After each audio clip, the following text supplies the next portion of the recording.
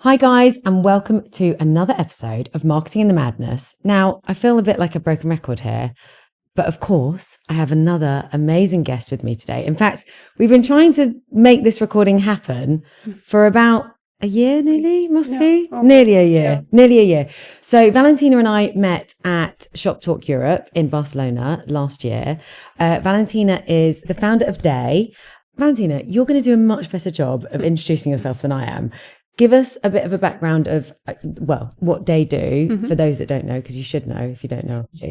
And then we'll talk a bit more about your career history and why you set up Daye in the first place. Yeah, of course. Thanks for having me. Thanks for the patience in scheduling. What we do at Daye is we're creating the most comprehensive women's health management platform. And we're entirely dedicated to helping bridge the gender care gap in gynecological health and the gender research gap. Both of these things stem from the fact that women and AFAB individuals were largely excluded from clinical innovation and clinical trials up until 1993. And the way in which we're solving for the gender health gap is by creating novel medical and diagnostic devices for common yet underserved gynecological health conditions. And we back them up with complementary telehealth services with the intention of creating a full cycle of patient care that enables every individual to own their health record, to own their health data, and really make sense of it and use it for their benefit. When you started, though, was that like the vision for the business? Like what I'm interested in is because, of course, I originally came across you as a tampon, which I was like, yes, this is great. It's it's got a lot of I don't know the credentials of a tampon that maybe a lot of the other brands don't have. So I think I came across it as that. So what was when you first set up the company, did you know that you were going to do everything that you're doing today? What was your vision? Why did you start Daye? Yeah, I started Daye out of intellectual curiosity about better experiences in gynecological health. I was largely inspired by my own personal gynecological health horror stories and growing up with really painful periods, with, having to attend my pap smear, with having vaginal infections. I always felt so disempowered and out of control during the gynecological health management process. And there was always this thought at the back of my mind thinking like, surely there's a better way. Like, surely we could be doing a much better job. And then when I became older, I started conversations with my friends and my peers, and I realized that my experiences in managing my own women's health were not unusual. They were not the product of having really bad luck or being an outlier, but they were actually the norm. And that's what led me to discover the gender health gap, because, I started wondering, okay, why do so many of us have such bad experiences with menopause, with painful periods, with endometriosis? Why do we get so few answers? And one of the central hypotheses of Daye is that we don't want to ask people to adopt an entirely new way of looking after their health or adopt an entirely novel medical device, which might be intimidating, confusing. You will need to learn how to use it.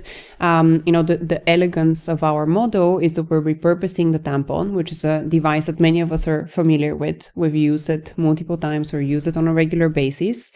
And we're adding additional value, additional utility to that same tampon. So we started by redesigning the menstrual tampon altogether to make it safer, more sustainable, more absorbent.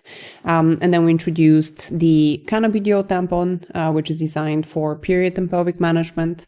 And from then on, we introduced a diagnostic tampon as well for at-home STI, HPV, and vaginal infection screening. Are you the first diagnostic tampon? Well, interestingly, there are clinical trials from the 1980s which show that using a tampon instead of a swab increases the diagnostic reliability of various tests for STDs, for human papillomavirus in the context of cervical cancer, but no one had done anything with that data. There wasn't a product on the market. And after we conducted our own clinical trials, we actually reached out to some of the original researchers who worked on this in the 1980s and 1990s. There's a researcher from the University of Westminster, so there was work that was being done in the UK on this topic. They were very surprised that, someone had read their papers. They were very surprised that someone was commercializing their idea. The key issue with why it's very hard to change the design of a tampon to make it pain relieving, to to give it diagnostic capabilities is that there's a huge level of monopolization in the tampon industry. It's one of the last greatly monopolized industries out there. There's literally only one company globally which makes all of the tampons that the different brands purchase and then resell under a different name. And as a result, it's very hard to change the design of a tampon or to add any additional utility to it. I mean, what you guys have done is really drive innovation into women's healthcare, I think. And I think that's how I first came across you, because my daughter, I mean, this is actually, why is it weird that we can't feel odd talking about the funniest thing when my daughter had her first period was me trying to teach her how to use a tampon because she was so embarrassed to let me, see what's going on down there. But I had, the only way I could show her was by doing it for her the first time, basically. But the reason that I found Daye, before we met, was because you guys had the CBD infused tampons. She was really suffering with pain. She's probably, I do suffer with endometriosis. She sadly probably is going to have the same. She's already, at 16 in a lot of pain with her periods. But it was mad to me that no one else was doing what you guys were doing. It feels like, the standardized versions of the tampons that we've had, no one had innovated for years. Whether you're buying conventional brands that are available at Sainsbury's or Tesco's, or you're buying a direct-to-consumer organic brand, they're all fundamentally the same tampon made on the same brand of machinery. Yeah, but you guys make it differently. Yeah, and to the point about pain-relieving tampons and why people hadn't had that idea before, that again isn't true. So in the 1960s, Procter & Gamble did try to develop a pain-relieving tampon, and then they abandoned the efforts because they didn't think that period pain was a significant problem or that it was a large enough market. Wow. And it's not just that no one has invented a pain-relieving tampon, it's that we don't have any targeted treatments for period pain altogether. We rely on over-the-counter painkillers, which were never designed for period pain, even if they come in the pink packaging with the woman holding her belly, and even if they cost 50% more just because of that fancy packaging, they're the same underlying formulation. So we rely on painkillers, or we rely on hormonal contraception, which again, some people find effective for managing particularly endometriosis related conditions, but it wasn't designed for period pain relief. No, I mean, that's the thing. None of them have been, well, what was it? Is it Feminax? I remember my mum buying that for me when I was a teenager. Just buy the generic white label ibuprofen and it's the same exactly thing. The same. Yeah. So you guys have actually designed something that is for women that actually solves the problem that we're looking to solve. Yeah, because the issue with over-the-counter painkillers is, again, they were developed for the male physiology, not for the female physiology. And now through research, we know that women actually need a much higher dose of ibuprofen in order to experience relief than men. But we don't have that much safety data on these higher doses. So we know anecdotally a lot of women would go through a whole pack of painkillers to manage their period pain, even though you're not supposed to, right? You're not supposed to take them every month. You're not supposed to take them for multiple days at a time. And there's clinically significant side effects that come with that. Yeah, I mean, I must say, we get through a lot of ibuprofen in my house, probably a lot of the time, because my daughter suffers, especially around her when her menstrual cycle is, headaches, period pains, the amount of ibuprofen we get. I mean, I actually joke about it. The amount we get through is, phenomenal. That's why for people who have endometriosis, adenomyosis, polycystic ovarian syndrome, for people who have period and pelvic pain, it's very important to provide them with a whole arsenal of tools that they can rely on in order to manage their pain. So they're not only reliant on over-the-counter painkillers. And, when we talk about endometriosis, we think, period pain, but it also includes painful intercourse, sometimes painful urination, you have chronic pain. So at Daye, one of the services that we developed as a response to this is the period and pelvic pain clinic, which gives you a very thorough assessment of your, current health status, your current health profile, and then matches your symptoms to a diagnosis so that you know what's causing your period pain. And then we build these tailored pain management plans, which include heat therapy, acupuncture, massage, pelvic floor stretches, so that every patient has their own toolkit to manage their pain and not just rely on over-the-counter painkillers. Yeah, I mean, I wish I'd known about that. To be honest, it's also very hard to diagnose. I actually thought I had a kidney infection when I found out I had endometriosis because I had pain in my back and I hadn't even considered. And when I ended up, I think, in A&E, and the doctor was like, "Oh no, this is a gynae issue." I was like, "What? I thought I had a kidney infection." Yeah. And I think the education around the pain and how to treat it just still isn't there. So you guys are making... There's an 8 to 12 year diagnostic delay in the UK currently for endometriosis. Yeah. I mean, I was bleeding in labour and gave birth, and it was probably all to do with endometriosis. And still, it took until my daughter was 2 or 3 years old for me to get diagnosed. And I must have had it way before I was even pregnant. Yeah, and you probably had painful menstruation from when you were a teenager. Yeah. Took a long time. Yeah. Right, we have to date stamp this. So we're recording in January 2025. There's been a lot going on. First up, Meta. So the reason that I kind of thought of Valentina again and was like, oh my gosh, I need to get you back on the podcast, was the whole tampon gate with Meta now removing their policy to have tampons. I think it was actually in the male toilets, but because it was kind of gender neutral. The male toilets, yeah. Give me your thoughts on all of this. In brief, it's just the pettiest decision ever, especially for a company that has the resources that Meta has. Surely they can afford to have tampons for all of their employees, just as they do toilet paper in the bathrooms. And, you know, it's part of this bigger trend and bigger philosophy that we're hearing about now on making companies more masculine and making the internet more masculine. You know, I'm using words that Mark Zuckerberg himself used. And Meta made this, you know, big pledge about removing censorship from their platforms and encouraging free speech on their platforms, which for me would have been a very good opportunity for them to acknowledge the fact that women's health content has been blocked and censored on their platforms for decades. This is something that my company has experienced and suffered with greatly, but it's an issue across the entire women's health industry. Whether you're talking about menopause, breastfeeding, menstruation, your content will get classified as adult or political content. And what this means on a very practical basis, first of all, people don't get access to new products and services that might help them.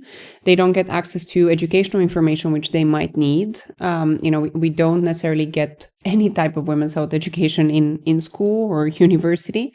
And then finally, for the companies that are innovating in the women's health space, this adds a huge penalty. It's already very challenging to fundraise. If you're creating a new device for women's health. Only 2.5% of public funding, of grant funding, gets allocated to women's health. In terms of private investments or venture capital, different data says different things, but it's anywhere between 1% and 2% of the total pot of funding, despite the huge gaps that exist in the delivery of care. So if you're a founder in the women's health space, you first have to overcome the funding gap. Then you have to overcome the data gap because there isn't any data. You know, you have to conduct your own clinical trials. You have to create your own novel medical device. And then finally, you're faced with this third entirely unnecessary hurdle, which is that your content gets classified as something that it is not. So a day, you know, we had an ad about our diagnostic tampon, which is used for STI and HPV screening in the UK. And the ad got classified as contraception because tampons are contraception, even though no one in the history of time has ever used a tampon as a contraceptive. But in the first place, why are we not allowing contraception advertising? Or why are we not allowing companies to talk about contraception online? And this is happening in the UK and the EU, not just in the US, because these policies are global. So it makes women's health innovation times and times more challenging, because for the people who have managed to get through the funding gap, the clinical and evidence gap, then you're faced with this third absolute blocker, which is you can't reach people who need your products and services. So how do you reach people that need your products and services? Well, we've had to be very creative in the tools that we use, because we can't rely on Meta or Google or TikTok either. Amazon also has similar bans on women's health content. Opening a quick bracket here, you can buy a virginity reinstating cream on Amazon to tighten your vagina. You can also buy a fake hymen on Amazon in case you ever need to fake your virginity. But we continue to have huge issues with advertising our menstrual tampons because they're adult content or sexual content according to the Amazon rules. So this is an issue across this industry, and some of the ways in which we try to overcome it is by really encouraging our existing patient community to share about their own experiences, and if they know of any other patients who might be suffering with a similar condition, to recommend us. We rely a lot on doctors, on obstetricians and GPs to recommend our services to their patients, but we're very limited. We have our hands tied behind our backs, and I always say that for a marketer to come and work a day, they have to be really courageous, because they don't have access to any of their standard tools that they would use in order to grow a brand or grow a business. And most recently, we experimented with out-of-home advertising, where we faced similar levels of censorship. So Transport for London rejected some of our content because we had the quote-unquote audacity to use a plastic, biologically accurate model of the uterus and the ovaries and the vaginal canal in one of our ads to show how to use a diagnostic tampon. We managed to overcome these initial censorship hurdles from the authorities that own the advertising space. And then we placed ads on bus stops showing just an image of the tampon. That's it, a hand holding the tampon. And we had members of the public take it upon themselves to go and physically censor the image of the tampon by applying tape on it, because they didn't feel comfortable having a tampon displayed in a public space. So it's very challenging. We need to change the entire conversation about women's health for there to be more funding, more research, and more access for patients to innovative solutions. Why do you think people found it offensive to see a picture of uterus? I can't get. We find the entire women's health experience offensive. We as societies, we do. Investors, when I go and pitch to investors, they can't wait for me to leave, because, I have to talk to them about menstruation. I have to talk to them about vaginal health. I have to talk to them about the cervix. And, they just want to stare at the floor, not make eye contact, kind of look at their watch. Yeah. And they can't wait to have me out. And, parents feel uncomfortable having conversations about menstrual health, about vaginal infections with their children. We don't bring up this topic in schools. And then in our friendship circles, we as women, I often think about, I know where my friends get their eyebrows threaded, where they get their nails done, what type of retinol cream they use. But we never talk about women's health. It's such an embarrassing topic. So what we need to talk about more. Right? Yeah, absolutely. Yeah. We've got to open the conversation. I mean, I personally, I don't know, I have quite a female, I guess, community within my business and lots of friends, obviously, that are women. And I feel like we do talk about it a lot more. Like I'm probably quite an open book. I feel like there is a bit of a change happening. Like there's a lot more talk now about menopause. There's a lot more talk about, like, I think as a community of women, we've just got to speak up more. We've got to open the conversation. Yep. We've got to, let it stop feeling awkward. Yeah, and men need to be involved as well. And I do agree with you. I think we're on the right track, but change is very slow. And by change being slow, we're letting generations down, the generations that are coming, the current generation. I genuinely believe that solving for women's health is the single most important thing that we should be doing within these 100 years that we're born in, like within our lifetime. We can't afford to keep passing on this challenge to the next generation again and again.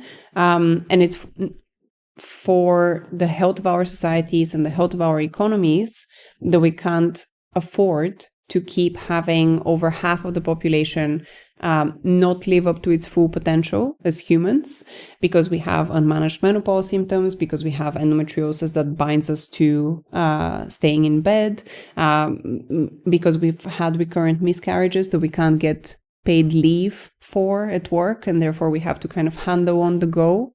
Yeah, I think that we've got to speak up more. We've got to open the conversation more. And like you say, it isn't just about the echo chamber of us women talking about it. It's about us talking more openly with our, male counterparts as well, everyone. And then we'll normalize it, and it won't be a source of embarrassment anymore. And if you look, I like to point out the example of the Movember campaign, where in November, men put their mustaches on. Yes. And we talk about prostate health.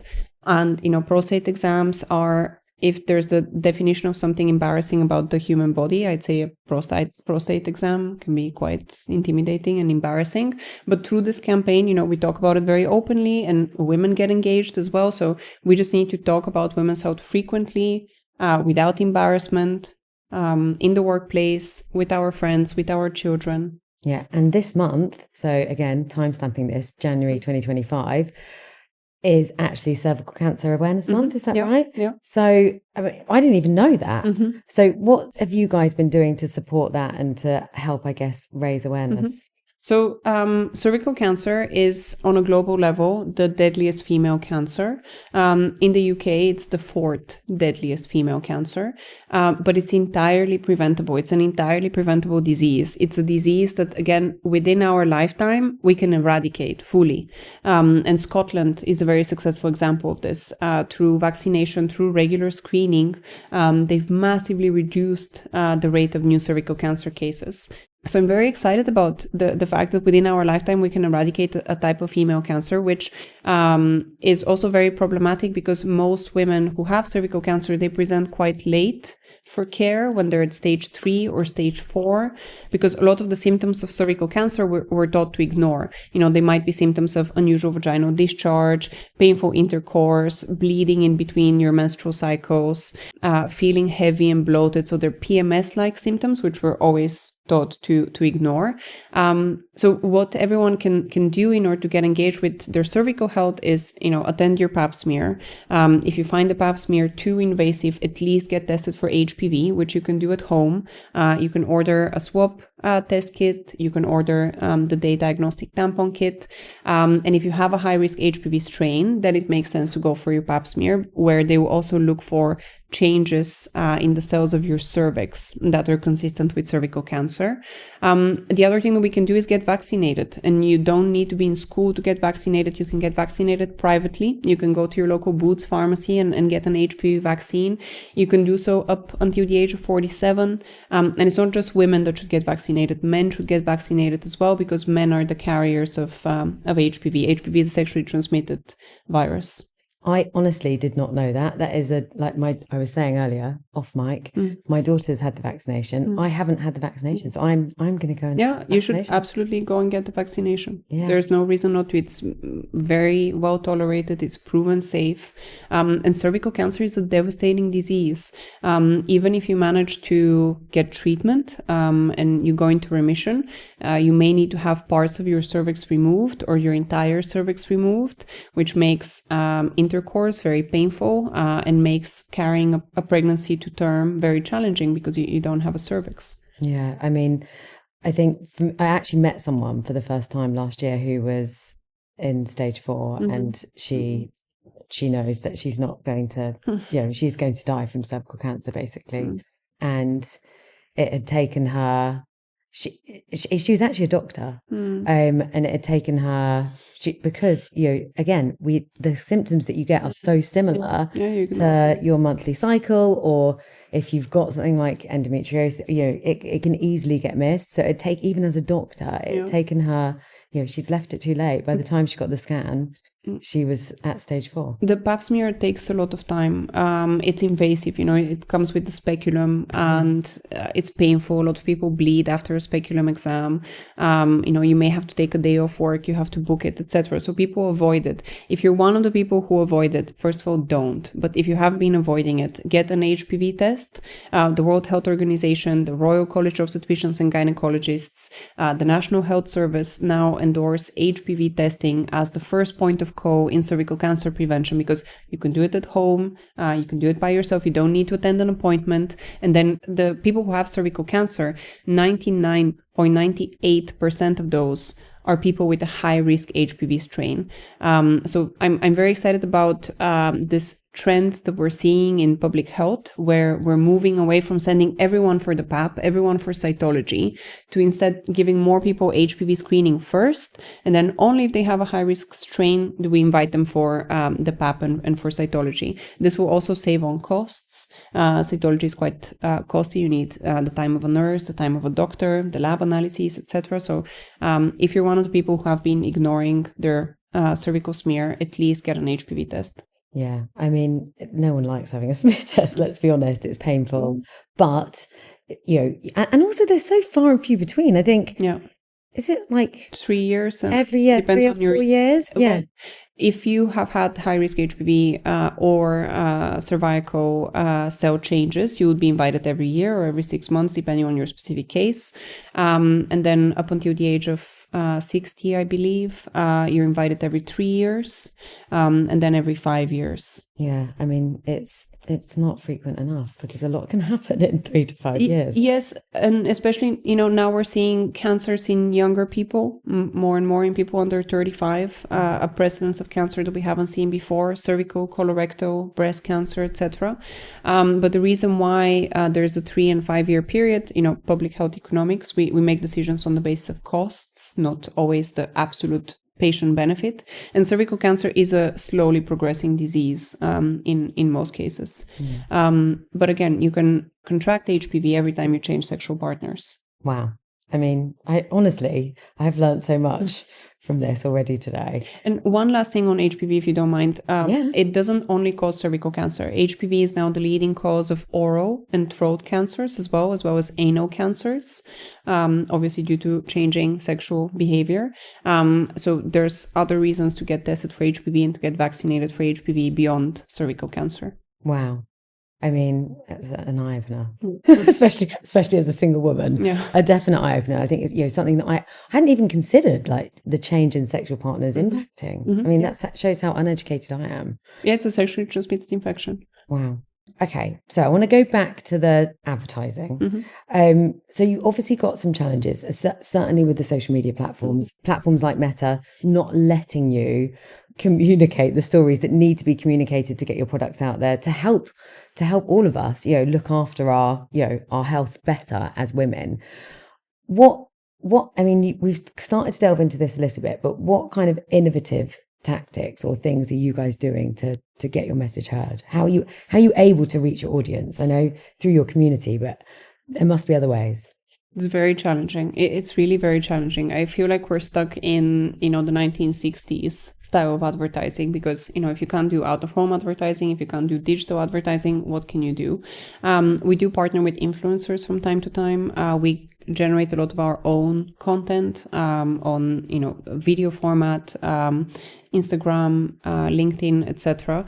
But it is very limiting, and it means that the information that we want to get out there, which is not just product related information. Our entire marketing strategy and Daye as a brand, we stand for providing access to education about gynecological health. The first product that we ever brought to market was Vitals, our blog, which is a free medically vetted source of information on everything from why your vaginal discharge is gray, or why your menstrual fluid is black or brown, any type of questions that you might be Googling late at night, and the response, the search result that you might get would be like a random Cosmopolitan article. Instead of this, we've created these medically verified, digestible, easy to understand articles. And that's how some of our patients discover us. It's through our blog Vitals.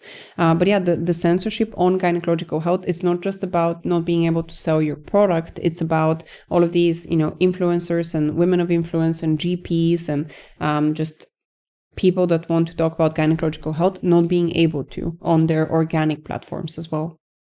So I guess things like podcasts and content that you curate yourself, that's not getting blocked by the platforms because it gets restricted. Yeah, okay. Restricted reach, but it doesn't get entirely stopped. Yeah, okay. So there's kind of sneaky ways around it to kind of start to communicate the message. Yeah, but it's very slow. It's very challenging, and for marketers, it's a very frustrating experience. Yeah, of course. What about things like events? Do you do? I mean, we were just speaking share again about Shop Talk, because that's how I found you in the well, I didn't find the brand, but that's how we met. How are you putting on these events, and what kind of events are you getting involved with in order to communicate your message? So in 2023, when we were facing really severe restrictions on Meta and Google, we did try to go down the event route. We sponsored an ice cream truck at Edinburgh Fridge. We sponsored comedy shows. We organized breakfasts and lunches with different women of influence. We partnered with Albright on these events.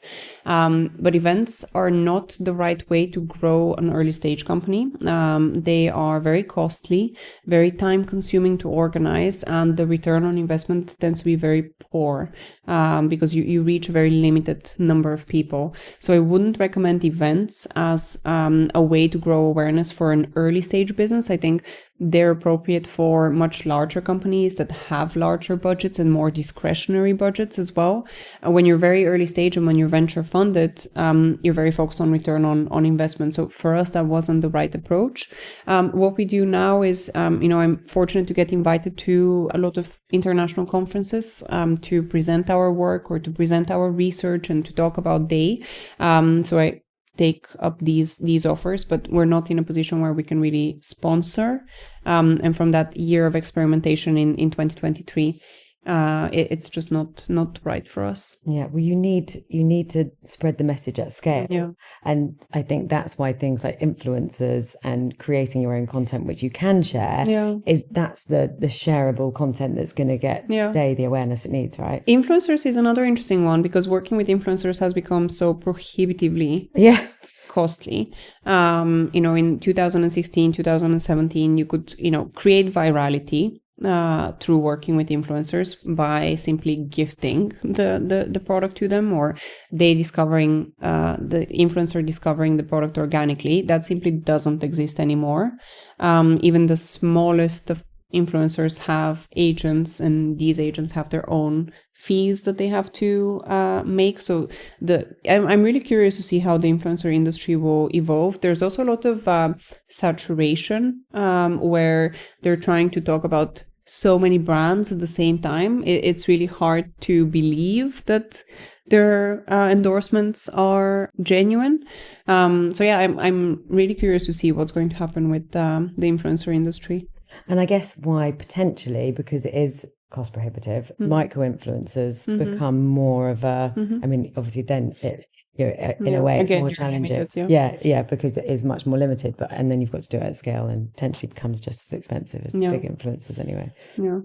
One of the other things that you touched upon there, which, frustrating, but I really want to dig into, is getting funding.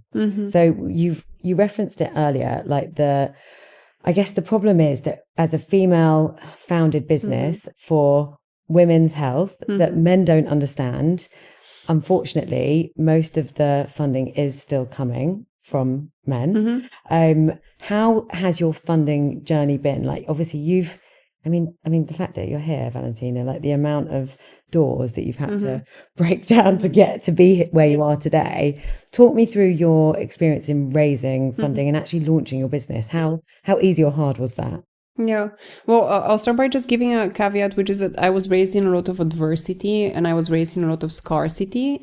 So for me, this is the environment in which I thrive, hearing no, having doors shut in my face, etc. So, but it is very emotionally draining. And the key piece of advice that I give to founders who are about to start their fundraising journey is, first of all, do you definitely need to fundraise? Are there other ways in which you can fund your business through, keeping a full-time job and using your salary to invest in your business, taking out a loan, finding angel investors perhaps that are very aligned with what you're trying to do and can add value. But when fundraising from venture capital, from traditional investors, you really have to keep in mind two key things. The first one is that your venture capitalist will have an investment horizon. They usually say 10 years, but in reality, it's 5 to 7 years. So you need to produce returns in 5 to 7 years, which often means you have to part ways with your business in 5 to 7 years. You have to flip it, sell it, or do something. And then your venture capital investor is going to look for 10x return on their original investment. And there's so many great businesses and there's so many great product ideas which simply don't fit that venture capital level of return on investments that they seek in order to keep their LPs, their limited partners, happy. And I think a lot of founders need to be very mindful about the fit that either exists or doesn't exist between what they're trying to build and the venture capital model. And then the other thing to keep in mind, as soon as you raise venture capital money, it's all about growth.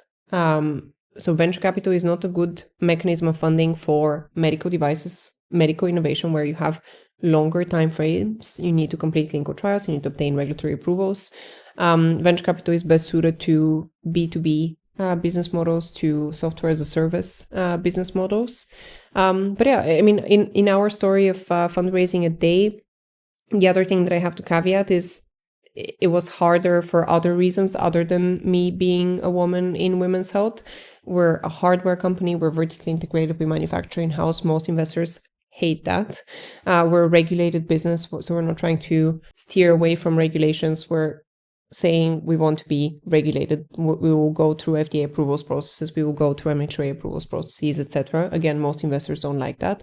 And the models that we know of, like Uber, just like dumping their cars and figuring out regulations later, or like Lime bikes, again, dumping their bikes and figuring out regulations later. That's a model that VCs prefer. So those were additional complicating factors for us. Then I'm also single founder. I don't have a co-founder, and I particularly don't have a male co-founder, which is a piece of advice that I got a lot in the early days of Daye. Get a male co-founder, things will be easier. It will be nice if a man endorses your business. It's crazy, isn't it? But you get that all the time. To give the VCs the benefit of the doubt, it's very hard to be on your own when you're building a business. You don't have anyone that you can, because you can't be 1,000% candid with your employees, right? You need to have some emotional restraint. You can't call your employees at 1 a.m. when you've received yet another investor turn down and you're worried about your cash out date. So it's challenging to not have a partner in the business, but it's not an unsurmountable challenge. You can surround yourself with other types of support infrastructure. You can have an executive coach, you can have a therapist, you can have a supportive partner in your personal life. Yeah, so those were other complicating factors for us. And then I also don't have the traditional background, right? I didn't go to Oxbridge or an Ivy League school, and I didn't work in consulting or investment banking. VC is just a very particular type of funding mechanism, and it's not suitable for everyone. In the first 2 years of Daye, I had a full-time job, and I used my salary and credit cards to fund the initial R&D and product development, etc. And I could afford to do that because I was very young. So taking on financial risk was easier when you're naive than when you have responsibilities, etc. And then I wish I had done this for longer. I wish I had bootstrapped for longer. And I also wish I had raised maybe from angel investors to begin with, rather than from venture capital investors straight away. And I also wish that we had started looking for grant funding earlier. Mm-hmm. Grant funding is just as complicated and time consuming as venture capital in the women's health space. But grant funding is a much better mechanism for funding medical innovation, because, it's a mechanism for high risk projects. It's a more patient funding mechanism, and the providers of grant funding want you to invest in R&D, whereas the providers of venture capital funding want you to invest in growth. So I wish I had applied for grant funding sooner. I wish I had bootstrapped longer. But at the same time, Daye is a very capital intensive business. We have manufacturing, clinical trials, regulatory approvals. Those are very expensive things to go through. So we needed venture capital in a way. Yeah. My next question was, but you've kind of already answered it, was why? Why do you wish you'd done it differently? To give myself more time to mature as a founder, to give the company and our culture more time to grow organically, to have, because the cost of moving very fast at the venture capital pace at which you have to move, the cost of that is human capital. And it's either your team gets burnt out or you get burnt out as the founder.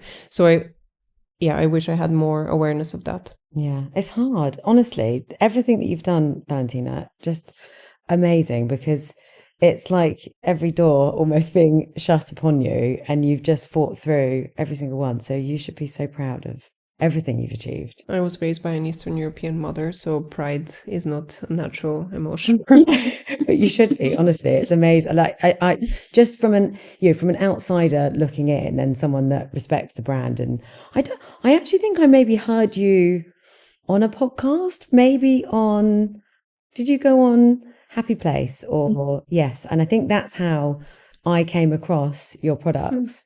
That's great. And yeah, exactly. Guesting on podcasts, it's the way forward. Yeah. No, I mean, everyone loves podcasts now. Yeah. As we've seen from the US election results. Yes. Yeah. I mean, gosh.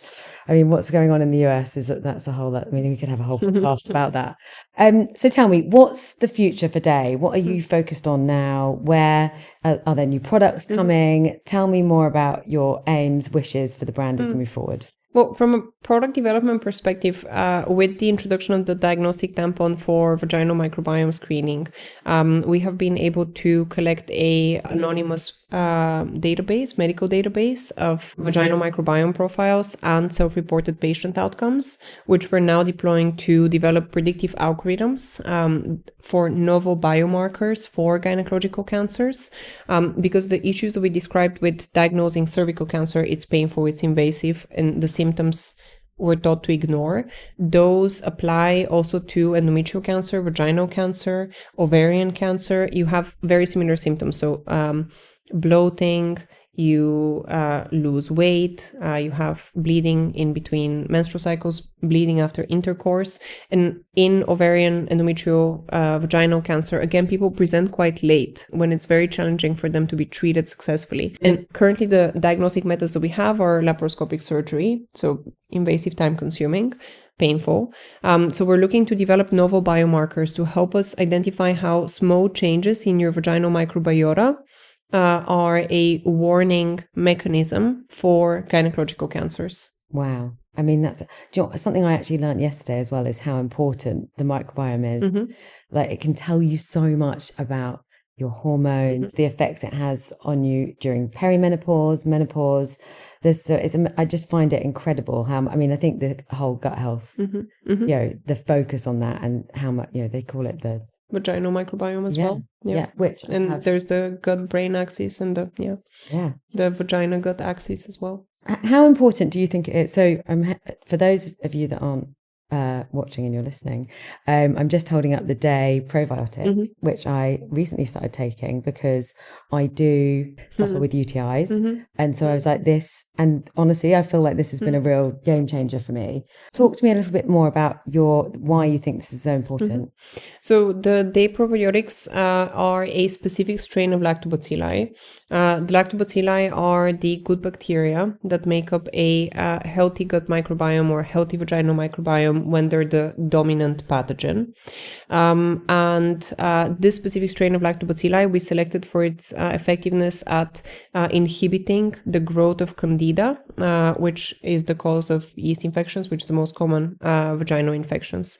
It's a freeze-dried strain of lactobacilli, which means that it's alive. A lot of the issues with probiotic therapies or lactobacilli therapies is that they're dead, the lactobacilli, by the time you swallow them or ingest them, so they're absolutely useless.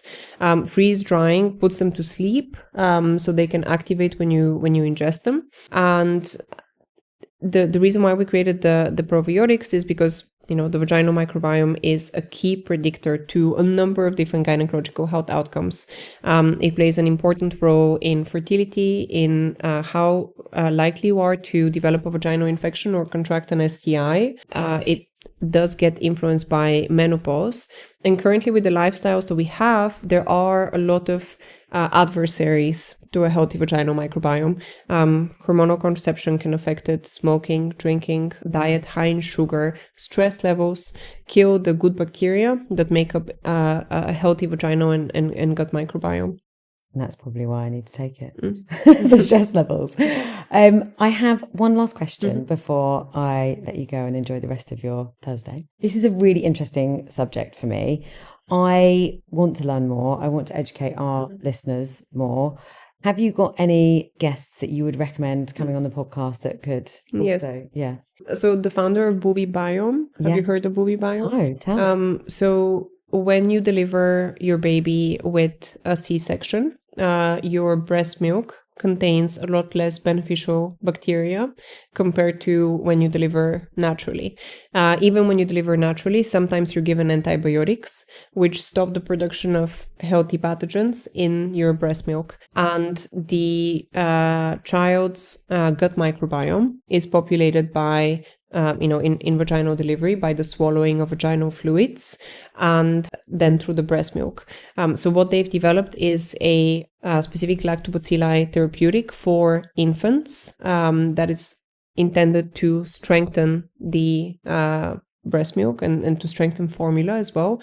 So I would love to introduce you to her. I think she's fantastic and an incredible researcher who's on a very meaningful journey. Yeah, I love that. I think the education for all of us, there's so much for us all to learn still. So, well, one final piece of information to leave you on, but there's a very large study from Brigham's Women's Hospital, the Harvard Medical School Hospital, which shows that the health of the mother's vaginal microbiome at the time of delivery is correlated with the child's cognitive skills and their fine motor skills. And I often like to think about that because we're so quick to be so self-congratulatory when, we're successful in school or successful in life. And what if it all ties down to the health of your mother's vaginal microbiome at the time of delivery, influencing, your own gut, your own vaginal microbiome, and then your brain, your immune system, your motor skills, etc. Wow.